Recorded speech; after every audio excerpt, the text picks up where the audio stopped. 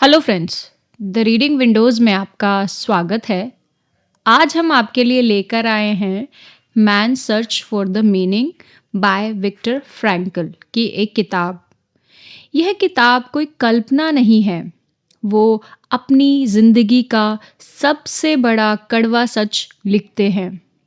जब उन्हें और उनके परिवार को नाज़ी कैंप में भेज दिया गया था, जहाँ इंसान का काम या नाम नहीं होता था, वह सिर्फ होता था तो एक नंबर।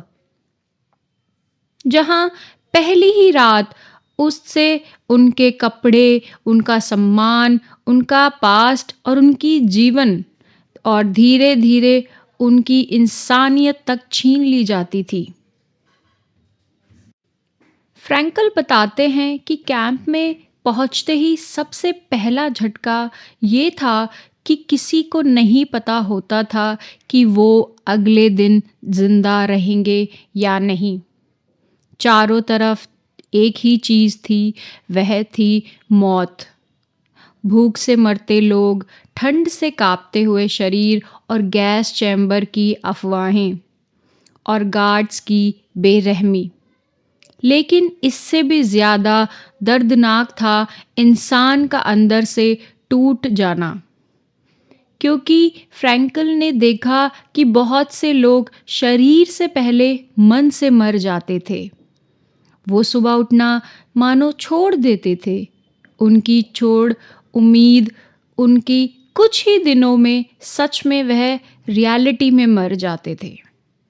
यही ऑथर ने एक बहुत गहरी सच्चाई को महसूस किया कि जो इंसान अंदर से हार मान लेता है, वो ज़्यादा दिन जिंदा नहीं रह पाता। कैंप में उन्होंने एक और फ़र्क देखा कि कुछ लोग ऐसे भी थे जो खुद भूखे होते हुए भी किसी और को रोटी का आखिरी टुकड़ा दे रहे थे, जो मार खाने के बाद भी किसी से दो शब्द इंसानियत के बोल लेते थे।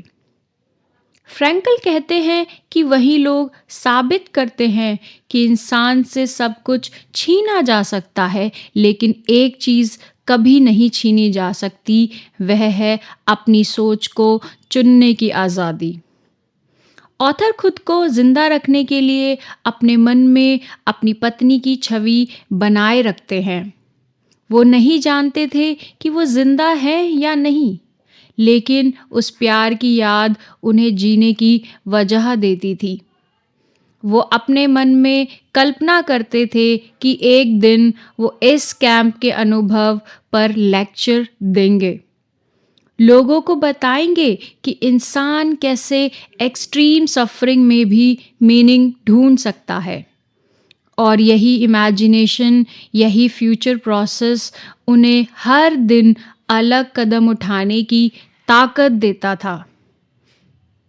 ऑथर बताते हैं कि कैंप में सबसे खतरनाक पल वो होता था जब इंसान कह देता था कि अब कोई मतलब नहीं बचा, क्योंकि उसी पल इंसान भीतर से मर जाता था।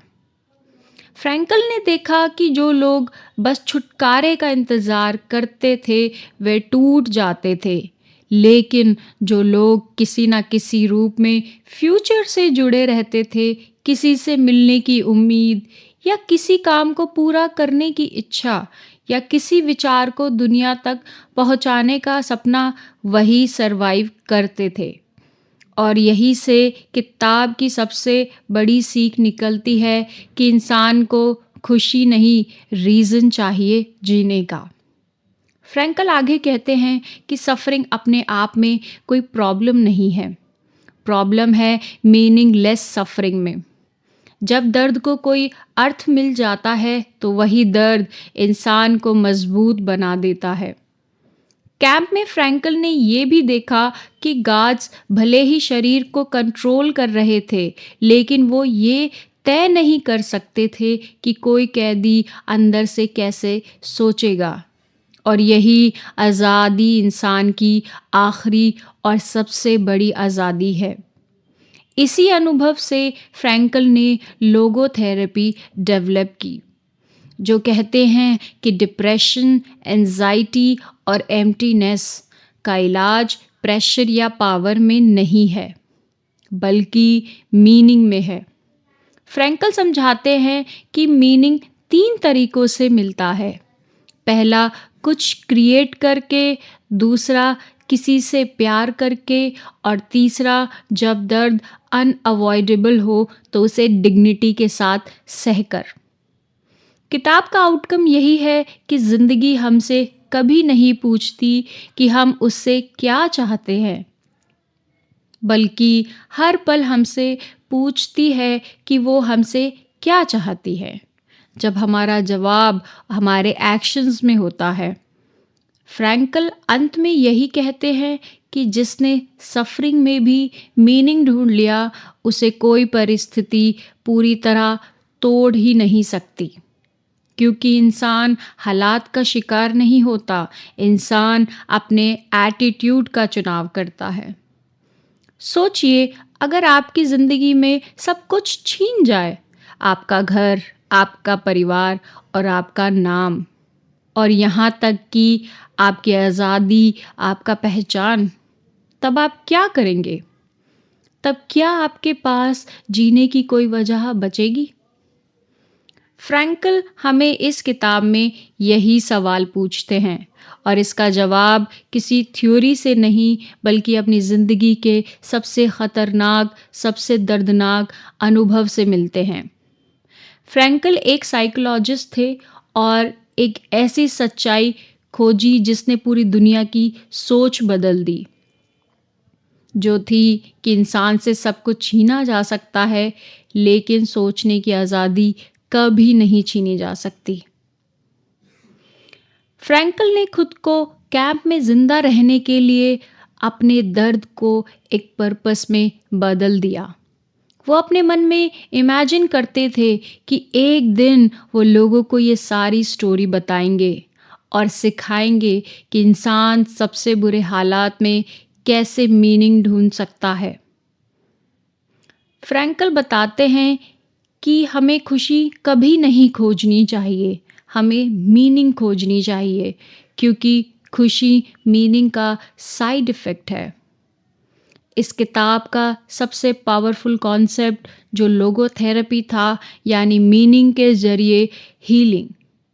फ्रैंकल कहते हैं कि इंसान की सबसे बड़ी प्रॉब्लम सुख की कमी नहीं, बल्कि अर्थ की कमी है।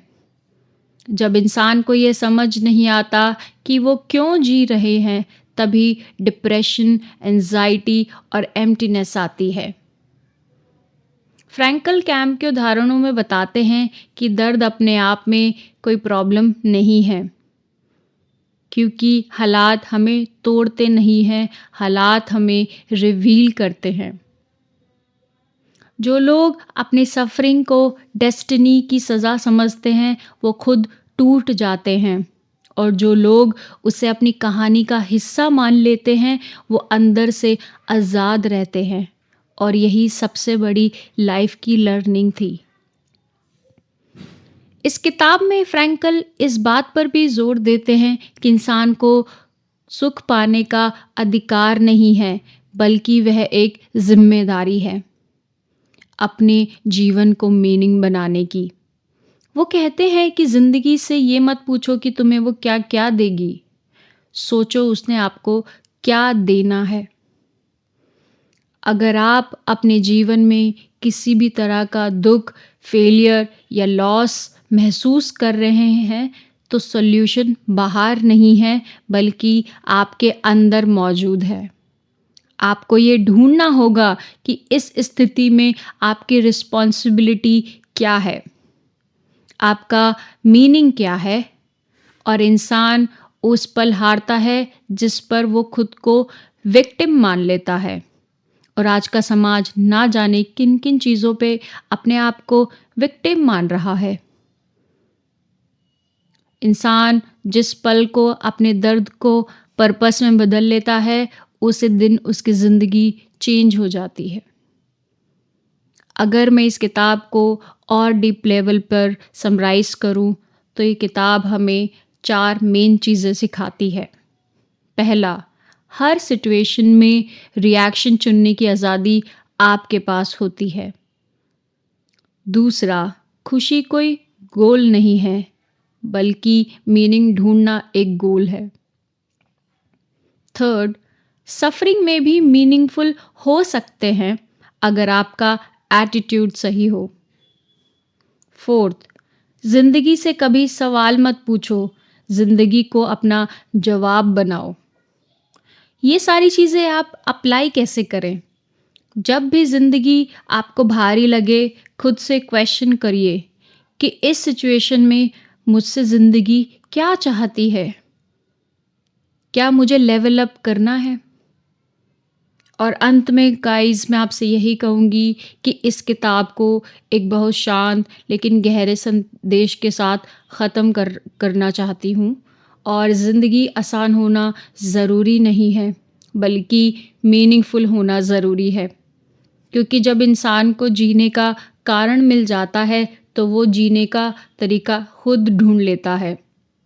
और चाहे हालात कितने भी अंधेरे क्यों ना हो, इंसान के भीतर एक रोशनी हमेशा बची रहती है। अपनी सोच चुनने की आज़ादी इसलिए जब भी आप दर्द, खालीपन या डर महसूस कर रहे हों, तो आप इंस्टाग्राम ना चलाएं, बल्कि ये याद रखिए कि आप पावरलेस नहीं हैं और आप अपने सफ़रिंग को भी पर्पस में बदल सकते हैं। और यही किताब का सबसे बड़ा सच है कि जिस इंसान के पास जीने का अर्थ है, उसे कोई भी परिस्थिति पूरी तरह से तोड़ नहीं सकती।